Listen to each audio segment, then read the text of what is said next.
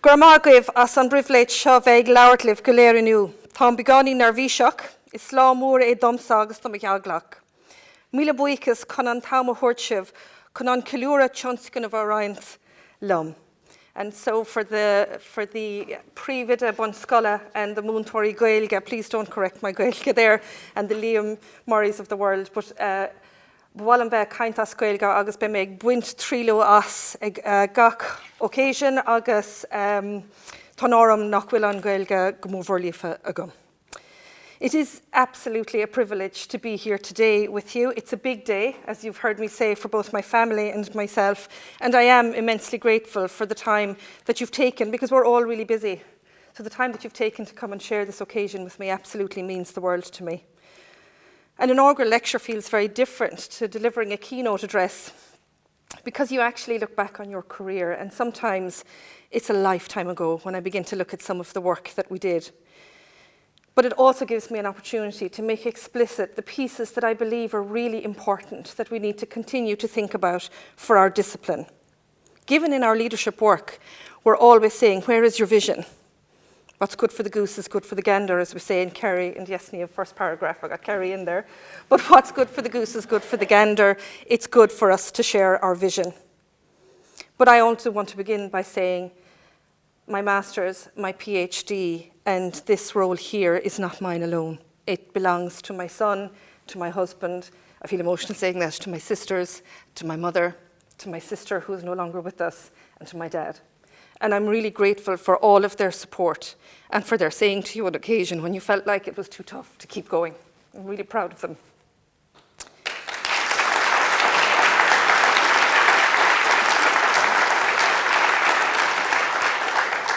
Our family support, and they encourage and they steady the speed wobbles, but what's more important is they are patient when the lights are on and there's nobody home while you're sitting at the kitchen table, and most of us who are in the academic sphere understand that. So I would like to take the opportunity for you all also to think about, as you embark on your research and on your journeys, that these are not owned alone. There's a shared governance, a shared ownership of our work, and I'm really proud to say that I had that support from my own family. But I'd like to begin by reading something to you. I dwell on the importance of the personal. I would have every child, not merely a unit in a school attendance, but in some intimate and some personal way, the pupil of a teacher. What the teacher should bring to this pupil is not a set of ready-made opinions or a stock of cut and dry information, but an inspiration, an example. Their main qualification should be not an overmastering will, as shall impose itself at all the hazards upon the weaker wills that come under our influence, but rather so infectious an enthusiasm that we kindle new enthusiasm. And you can see there, I'm quoting Pádraig Pearse from 1912. And I think this is really important for us to think about when we think about education, because sometimes we lose sight of that. It is who we are. We talk about this a lot, and I thank Tom Geary, I'm going to do it a few times during this speech, for introducing me to Parker Palmer, and that whole sense of we teach who we are. And that is how we inspire the leaders of our future. It might come as quite a surprise to you to know, for some of you, that in 1912, Pádraig Pearse was warning us about the dehumanizing potential of education in his famous treatise called The Murder Machine. His vision for education was that education should be a help for the child to be their own true and best self, a vision that I hold close to my heart through every moment of my career. I have never let go of it. But even in 1912, as an intermediate teacher explained to Pearse, culture is all very well in its way, but if you don't stick to your program, your boys won't pass. We can see the gendered nature that was happening in 1912. And Pearse's conclusion from that was, stick to your program is a strange device on the banner of the Irish intermediate system. The program bulks so large that there is no room for education. Sound vaguely familiar? And so I'll take a moment to say to you that 2024 is the 100th year, I won't say celebration, but I'll say birthday, of the Leaving Certificate. And I'm going to put on a critical pedagogy hat for a moment, if you'll bear with me, because it's really worth pondering that we educatively terminate childhood, not with a celebration, but with a terminal exam that goes on for days. And we are not the envy of Europe with that, I can say to you. I've added the image on my slide here of the image from Leader from the NAPD. Thank you hugely for the opportunity to write my memories of the Leaving Cert. Prompted a zeitgeist, I have to tell you. And certainly my mum and I co-wrote that. I must be really honest about it, even though her name isn't on it. Thank you, Mum. I can see us sitting in the sitting room doing it together and thinking about our memories of schooling and memories of the Leaving Cert. But I also was a bit cheeky. I cheated, and I asked my colleagues too about their experience of the Leaving Cert. Some of us are a bit long in the tooth, it was a while ago, and some more recent. And as I listened to their responses, they ran the gamut. Anxiety, fear, trauma for some, lasting nightmares for others, impending freedom blunted for some, and then the matriculation for those of us that are old enough to say that when we finished it all, we started it right again the following week. That says something. That says something about the impact of the work that we're doing on the lives and the thinking of children.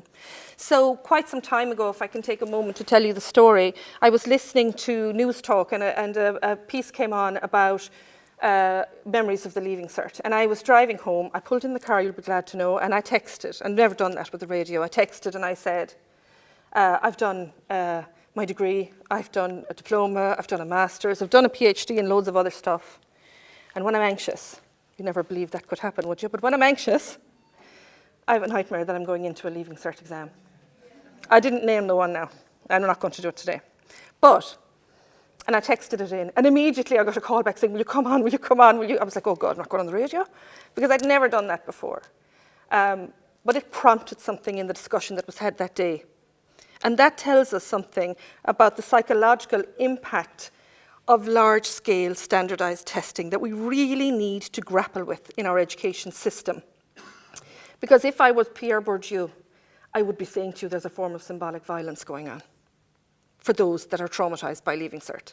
And for those of us that actually do well and are not neurodiverse, we can move through that system and we become teachers and we reproduce that system. So it's fairly complicated from my perspective. And you're okay to disagree with me on this if you choose afterwards. Students in university fare better when it comes to exams, and that's worth thinking about. And I sort of ponder this when I have a moment. Usually brushing my teeth is my best time for my light bulb moments, but I think it's because they're more aligned to the discipline that they're studying. It is a single discipline or maybe two. They're concentrated in their skills base, in their preference, and in their aptitude if they choose well. And it's an exam per semester, not a rote memory test for 2 years of your life. Educational change has been described in the past as the battle of snails. I really believe in that myself. There can be no doubt that it is time for us to rethink this. And while we await senior cycle reform, we are awaiting it with attendant politics, both micro and macro. And I'm asking us in higher education to also consider what we are doing to contribute to this pervasive and performative way of thinking. More recently, Walford, for example, argued that the dominance of the examination system has resulted in making modern schools an even more effective sorting machine for a career trajectory or a lack thereof. This will not be new to some of you, and my colleague Jennifer Hennessy has published quite strongly on this on occasion and some outstanding work. You may well have listened to Ken Robinson speak about schools killing creativity. Now, I don't agree with all of the positions that he's taking, but what he is pointing to is a narrowing of curriculum to meet the needs of a terminal exam, and that is not driven by schools alone. And that's a bigger piece of joining the dots here in relation to this. And as you look at this slide, I don't know if you can see, I hope you can, the distribution from ordinary to higher level. I want you to even look at the language of it. Look at the inherent hierarchy, that we are neuro-linguistically programming our children to think about themselves in this way. Are you ordinary or are you higher? Are you of more value because you are a mathematician? This is what we're saying. We mightn't say it explicitly. There are no hidden curriculum messages here. There are explicit curriculum messages here. And we even talk about this as the hidden curriculum. And I'm like, who are we thinking? What are we thinking about when we're doing that? Because we are, without doubt, privileging some forms of knowledge over others and some forms of knowing over others. And those forms are rote and memory and logical rationalism. And not every human being operates from that base. And I would say to you, if I could, that subject specifications, documents that are created by the National Council for Curriculum and Assessment, are actually amazing documents. They're documents of hope. They are incredible. They're visionary, they're creative, they're exciting, they're full of possibility, but something huge is getting lost in translation. And I think it's because they're generated without us really stopping up to think about what will the impact of an exam of 3 hours at the end of 2 years of this look like, and what will it do to what I can teach and what I can create in those classrooms at that time.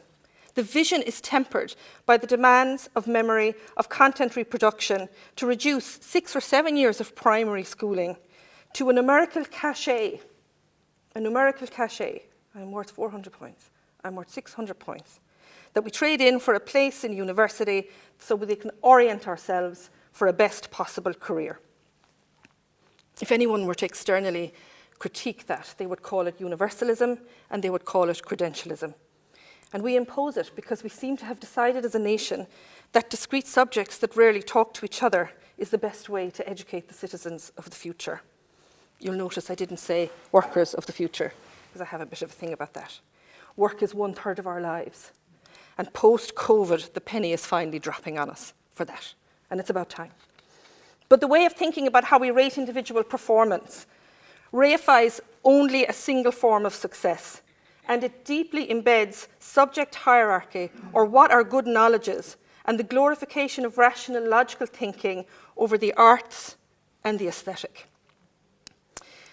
And we're faced with significant changes about how we understand and how we're going to access knowledge in the future. AI is putting it up to us and will irrevocably change what we as human beings need to know and what we need to recall and what we can access externally.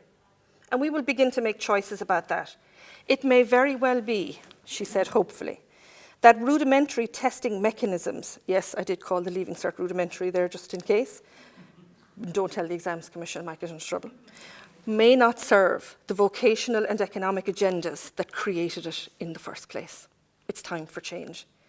It might be, and here's the internal optimist in me, that ethics, healthy human beings, I mean physically, emotionally, mentally and spiritually, respect, dignity, honesty, integrity, their humanistic values and global citizenship may be where our emphasis will need to go as we change the nature of how we understand education for our children. So if you'll go on a little journey with me for a moment, I also want you to know that while all that was going on, there was a whole other education going on. And if you'll allow the brief reminiscence, I started my teaching career teaching the subjects of English and religion.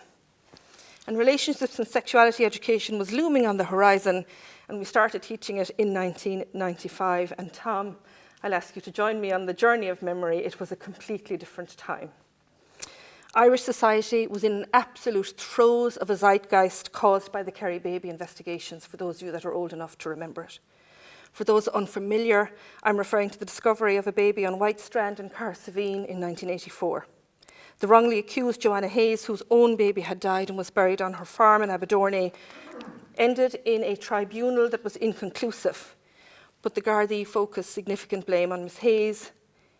It's only in 2024 that baby John's parents were finally arrested and identified, and the investigation remains ongoing. A tough time in our society and a precursor to some of the scandals that were to come subsequently. And the Ireland that we live in now is completely different to that. Contraceptives then, when I was teaching this subject, were available only on prescription for what was then called bona fide family planning. That meant within marriage. And then it had to be related to a health issue. There was no divorce. Homosexual relationships were illegal at the time. Legalized abortion was incomprehensible. And there was a high level of moral authority surrounding how we engaged with schooling. And also for those of us to think back to the time. and the AIDS pandemic was decimating people's lives. And there was a huge amount of appalling stereotypes that abounded in our society, such as the gay plague. And it really took us a lot of time as a society to recognise that AIDS affected the lives of all human beings that were exposed to it. So it was not uncommon at that time, if you saw the development of a subject like RSE, that the 4 words to any research would be given by the health agencies or the crisis pregnancy agency. Invariably, they made reference to the right to sex education, but also they made reference to things like it was important because it helped children to protect themselves against abuse, against unintended pregnancies, sexually transmitted diseases, and HIV and AIDS. Contraceptive knowledge or lack thereof was also at odds. Alcohol use, risk-taking behaviours, and the construction of what counts as good masculinity and good femininity. And I would critique the word goods there. However, all of that way of talking about health, from that deficit model and that way of thinking about the power that was abounding in all that space, meant there was no teachers who really wanted to go teaching that subject. It did not help us have a more holistic view about education. But I couldn't see how we couldn't help children make better choices and be more healthy and be able to talk about issues and to be able to get support. To me, that was most important. I could not see how we could not do it. I worked in an amazing school with a principal that I would now say was visionary and modern and full of leadership. And she would say to me, we need to find ways to help the students with the subject. We need to find ways to teach it well. And I would say to her, take the phone off the hook this week now, Betty, because we're going to be talking about RSE in the class. And we would laugh about it. And while I say that in a funny way, it was also quite difficult. Because when we went into that space, we then began to see children who were disclosing some really difficult experiences in their lives and who didn't know how to seek help. My belief in the importance of health education as a core purpose comes from the 1995 White Paper Charting Our Education Future and the subsequent Education Act of 1998. I'm showing my age really when I've put this up. And in it, very clearly it states that schools are to provide for personal and social skills which will foster integrity, self-confidence, self-esteem, and I love this, while nurturing sensitivity to the feelings and the rights of others. Wow, we need that today. We really need that today. When you look at what's happening on social media, when you look at how we're speaking to each other, when we look at how our global leaders are behaving and speaking, nurturing the feelings and rights of others would absolutely clear the decks in relation to some of that behaviour. So this is visionary, even still. All children, regardless of their personal circumstances, have a right to access and a right to participation in the education system. It says according to their potential and ability, but I really believe in that. That drives my vision of education. But where my research has led me is into a space of deep disquiet about the gendered nature of how we do our work, especially curriculum in schools, and the deep-seated assumptions underpinning the curriculum. In terms of health education teaching, for example, it is still predominantly female. But if we look at the gendered nature of home economics or technology, or even the teaching profession itself, we have work to do. We have a highly feminized profession, and it's not changing much over time. You can see the numbers, and it's not changing much over time. As you see the numbers, you'll see the gap is maintaining in terms of male and female teachers at post-primary. And if we were to look at Múntóir Bundscala, we would see a huge difference here. The figures have something to say. The feminization of the profession that we were talking about in 1990 remains. And those of you who are familiar with Kathleen Lynch's work, and indeed her work with Anne Lodge on equality in education, they say so clearly the negative and malign impact of the gendered nature of curriculum. But the good news is women's leadership is increasing, and I'm really excited about that. Thanks in no small part to the work of IDEA and the NAPD, our colleagues here, in their unceasing promotion of leadership, professional development and support, we are seeing a broader way of thinking about how we lead education systems. In 1999, I became the National Evaluator for the subject of SPHE. My advocacy for the subject and my firm belief that it should be a subject has not wavered, even though we have moved significantly from it. Introduced in 1999, principals struggled to find time on a crowded curriculum, to find teachers willing to teach it, to find teachers skilled enough to teach it, and the subject suffered from parity of esteem. How could it not when we look at the way that we're organising subjects? What counts as valued knowledge? And how we subject hierarchy continually snapped at the heels of what we were trying to do with SPHE. Teachers' identity as the promoters of health and the teachers of children were hard won, and I mean hard won. There was a lot of work that was done at the time.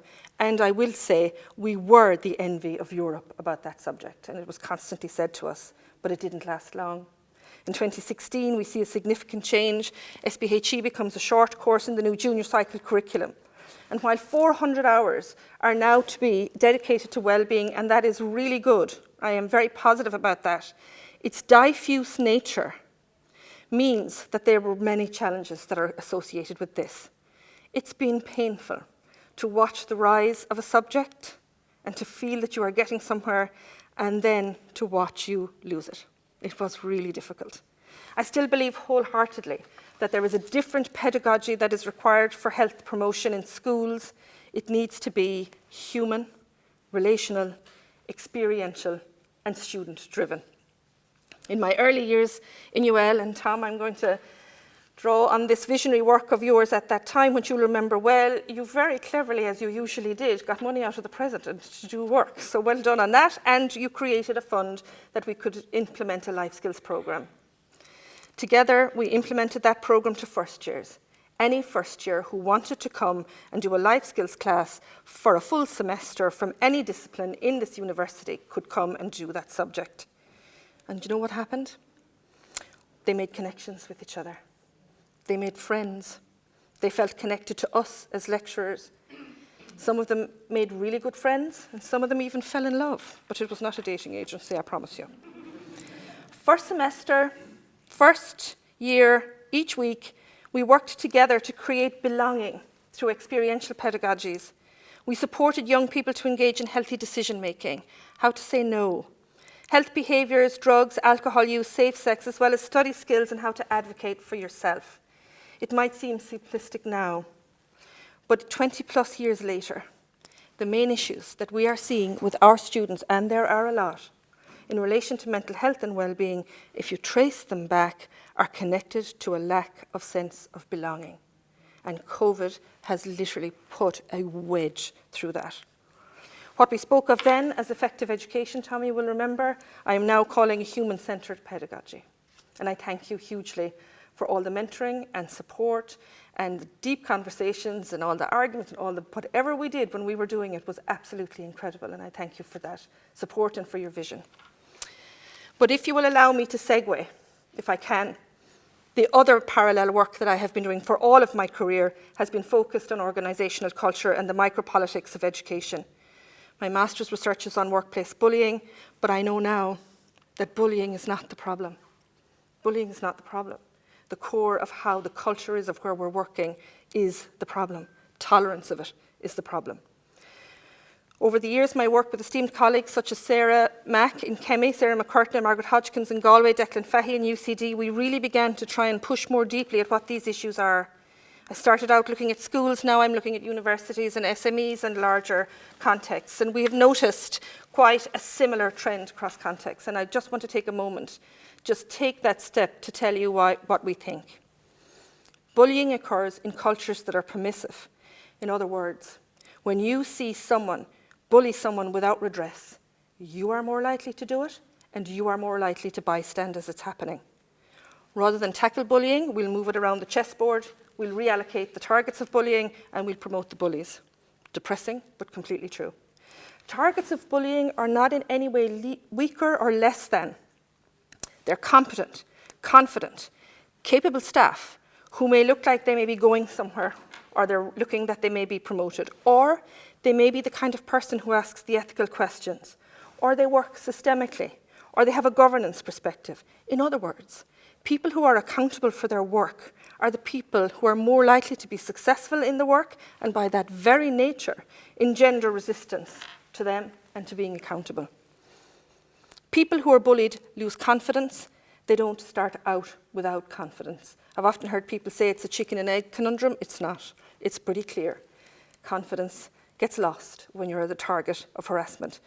We speak of bullying and incivility and toxic culture as if it's something outside of ourselves.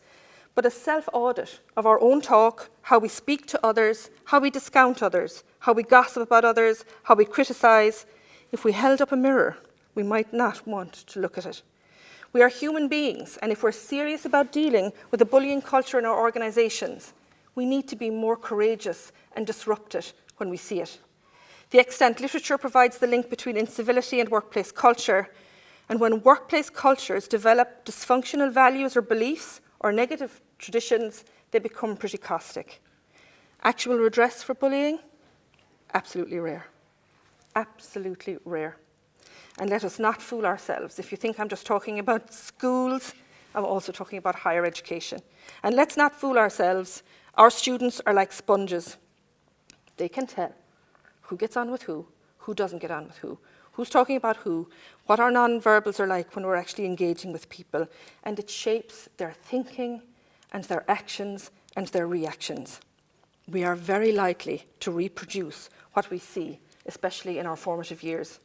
Toxic cultures are places where negative conversations are the order of the day. And when left to flourish, work life becomes decimating for everyone. And often we hide these toxic cultures under the veneer of humour. So the Scud missile comes with a fantastic joke. And if you try and challenge it, you're questioned as to have you lost your sense of humour. Why I choose to focus on humanising education is that I want us all to see that the climate of how we're working and the high stakes of testing and our ideal conditions for uncivil behaviour to occur. We create constructs about what is more valuable than something else. But when we create these constructs, we are creating win-lose scenarios, and the impact on our lives is devastating personally and professionally. Subject hierarchy, in my view, is at the core of a lot of this in education settings. Some subjects are not more valuable than others. And the amazing thing about this, it's just a human thought construction. We have created it ourselves. So higher education, subject hierarchy and toxic culture also pervades with us. We've seen seismic changes in how we work in higher education. The past 2 decades, while somewhat beneficial in some ways, have actually pulled at our collegiate culture.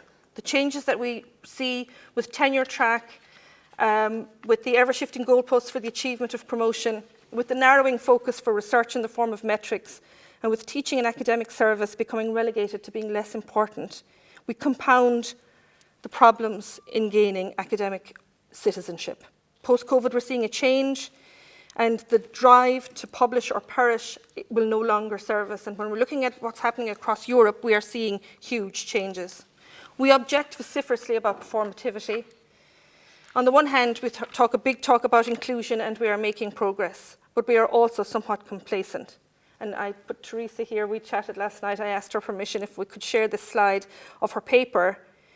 But Teresa's work asks us to think about how we do rubrics, how we classify students. And if we begin to look at this, we will find glimpses of performative thinking. We might be stunned to find out that what we thought was really equitable and fair actually might not be for somebody whose disability might not be the way that we would expect it to be. What we need to remember is that what we do in initial teacher education will influence what our teachers will do in school. I believe that AI might offer us a gift to rethink how we do assessment and to understand the purpose of education and to have it less about memory and retention and more about discernment. What really counts as knowledge? We also need to think about how challenging it is for students who experience disabilities to survive us, because for some, that's what it is. We have a lot of foundational work in inclusion to do. Only last week, I worked with a principal who spoke in relation to disabilities, and he said, there are possible challenges and there are impossible challenges. And my take was, if you think it's impossible, it's impossible. But if you think it's possible, it is. I will and remain absolutely an unapologetic, hopeful academic. And now, as I move from headship to leadership programs, I'm really excited for school leadership. I'm getting me about school leadership. I've benefited from the support of truly inspiring stakeholders. Mary is here, Rachel is here, my colleagues Blonad, Niamh, Nikki and others, Tim, others across the department have been super supportful and helping us lead the charge in improving our schools. You make school leadership possible and you make it sustainable, and I really want to be part of that. I appreciate the wisdom and the generosity of all of the colleagues, and you generously share that with me. And I'm filled with optimism and curiosity for what the future will bring. And if it's anything like my past, it will not be boring. Thank you very much for your time.